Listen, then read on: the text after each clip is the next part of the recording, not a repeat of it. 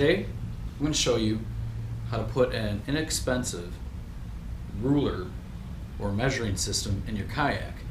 I know when I'm on the water, I like to take as little with me as possible, but keep the essentials. And a lot of times, a ruler is kind of cumbersome, or some type of a fish measuring tool is a little bit cumbersome. So I've created a way that should work in most kayaks. This is a sit-in type that will leave you that space so you don't have to bring the extra rulers with you or measuring sticks.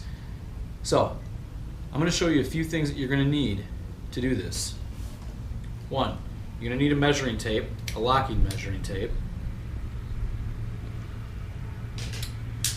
You're going to need some packing tape, a pair of scissors,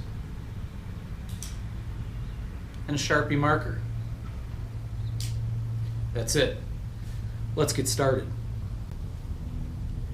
Now, one of the first things that you're going to do is take your packing tape and your ruler and decide the length that you want to put in the boat.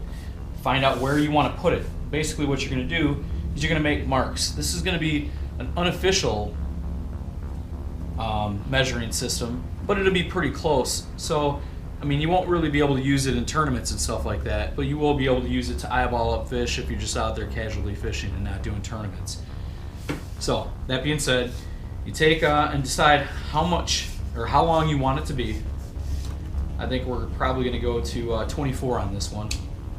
You put your ruler in there, you lock it down, decide where you want the beginning.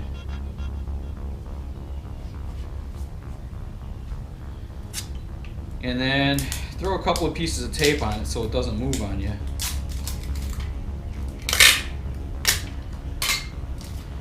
I usually do it on the other side so that way you can make your marks.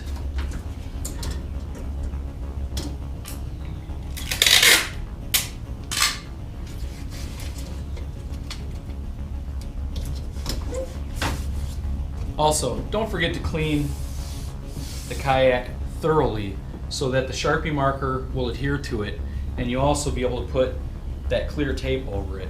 Make sure you clear it. Usually use some rubbing alcohol or some alcohol prep pads. I've already done that.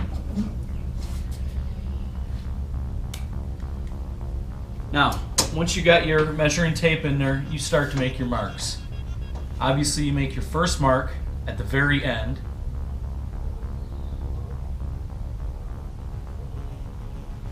Try to keep them as straight as you can.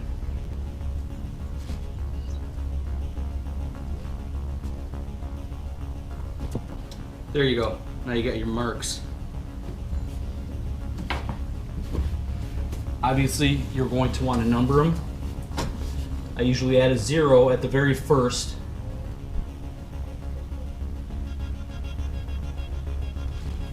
There you go. Got yourself a 24-inch measuring stick. Again, it's unofficial. Wouldn't be able to use this in a tournament, but it gives you an eyeball idea when you're just out there casually fishing.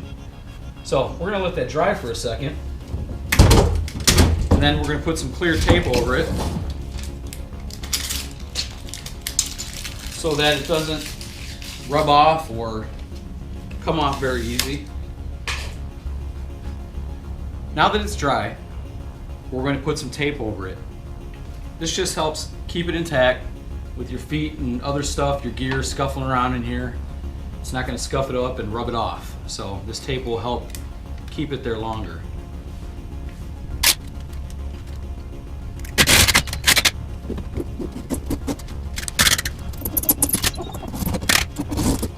Here's where the pair of scissors may come in handy.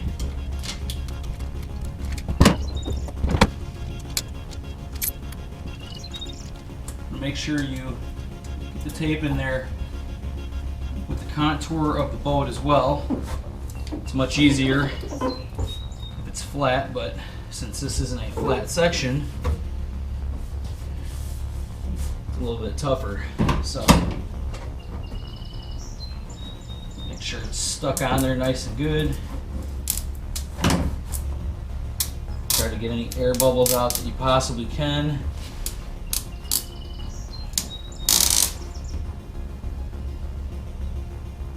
Doesn't have to be perfect.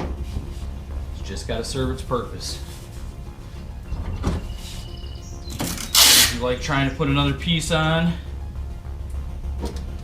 and there you go. Again, make sure that's stuck on there real good. Try to get the bubbles out if you can. Get it nice and tacked down. One thing that'll help get bubbles out is poke a little hole. There you go. Bubble gone.